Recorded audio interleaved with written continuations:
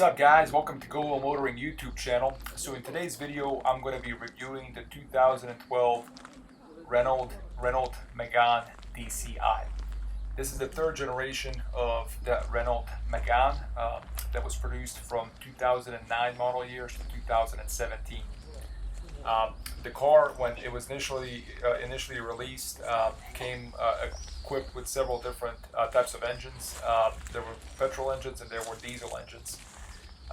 During the production of the car, there were a total of 5 different petrol engines that range from 1.2 liters to 2-liter inline 4 turbos. And then also, with respect to the diesel, there were 4 different types of engines ranging in size from 1.5 liter to 2-liter inline 4 turbo. I believe this particular car came equipped with the 2-liter M94 inline 4 turbo that produced, let me see here, around 130 horsepower and 220 pound-foot of torque, and it would go 0 to 60 in about 9.5 seconds.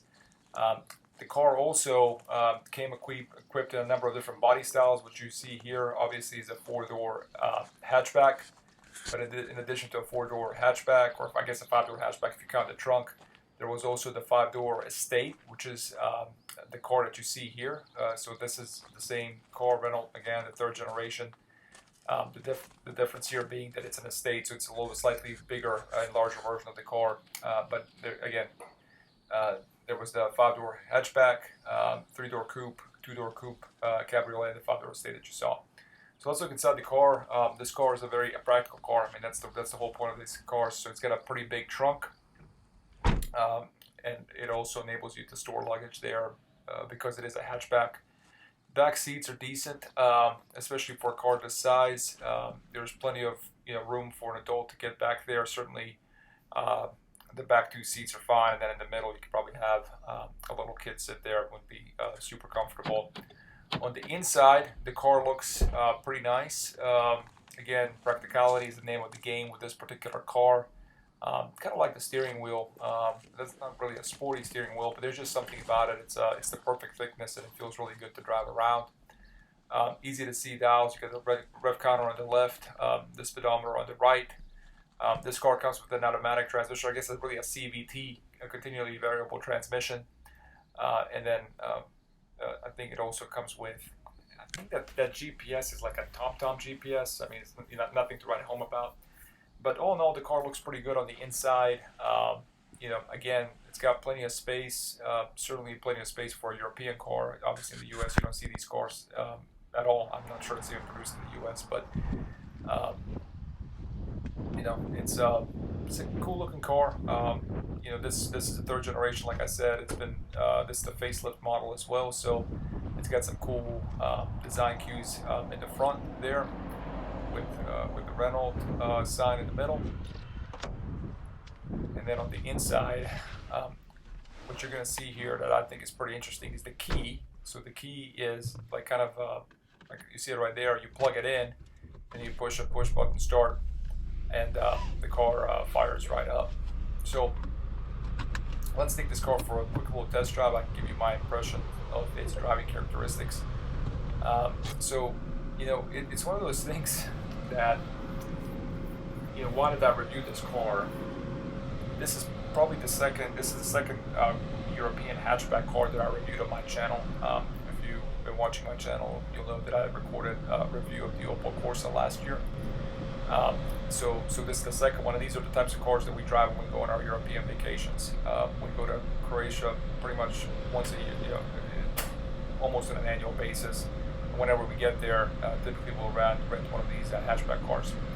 So these types of cars are all about practicality.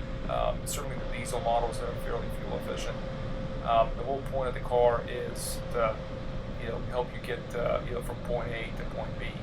I know there's sportier versions of this Renault Megane that can be pretty fun to drive, the hot hatch versions. This particular car is not that. Again, it's a diesel, doesn't have a ton of horsepower. Torque's okay, but the car just doesn't feel like a performance vehicle. It's not very,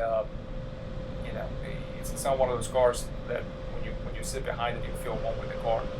But there's a different type of a charm to this car. Even though it's not very sporty, even though it's not one of those cars that makes you feel like you're one with the machine, it's comfortable. I mean, that's what French cars are known for. They're known for comfort. Their suspension absorbs the bumps on the road pretty well, and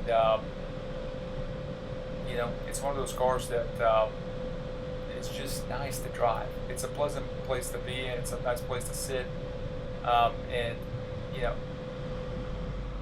it's perfect for the environment in which it lives, right? So again, many of these cars are very popular in Europe. As I talked about in my previous video with the Opel Corsa, people who drive cars in Europe have different needs for a car than people that drive them in the U.S. In the U.S., cars in many places an extension of the household. All the cars are big, and they need to be big because you need to go, you haul a bunch of stuff in those cars. Everywhere you go in the U.S., it takes at least 10-15 minutes driving on fast roads. Plenty of parking space in most places as well. So the size of a car is not an issue. Fuel is pretty cheap in the U.S., so that's not a problem either. But when you're in Europe, where everything is a lot more congested, as you can see in the videos here, where the roads are narrow, where there's not a lot of parking places, where oftentimes you'll just park on the side of the street, you need a car that's going to be a little bit more versatile and frankly a lot smaller than what a typical car would be in the U.S. So that's kind of the appeal of this car. It makes sense. This car makes perfect sense for a car that a family would use in Europe. It's comfortable. It's pretty reliable, especially in this category of vehicles. These Renault Meganes are known for their reliability. Like I said, it drives well. It absorbs the suspension's amazing. It absorbs the bumps in the road very well, and that enables which is pretty good for many of the European roads that they may not be as nice as the roads in the U.S. Visibility is pretty good, and I think that's about it. That's all I can say about this car. Again, I'm more of a BMW guy. Those are the types of cars that I like to drive. Sporty cars, sporty vehicles, rear-wheel drive cars. This being a front-wheel drive car with continuable variable transmission, a diesel engine.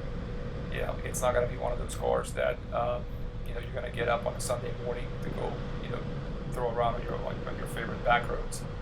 But as a daily driver, especially in Europe, there's just something about these cars that gives them a charm, that gives them an appeal, and it really makes them perfect to drive and live with in this type of environment.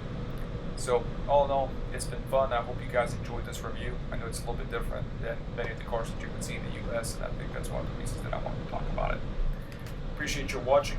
If you like this video, please give it a thumbs up, leave a comment below, subscribe to my channel, and stay tuned for more videos. Thanks, guys.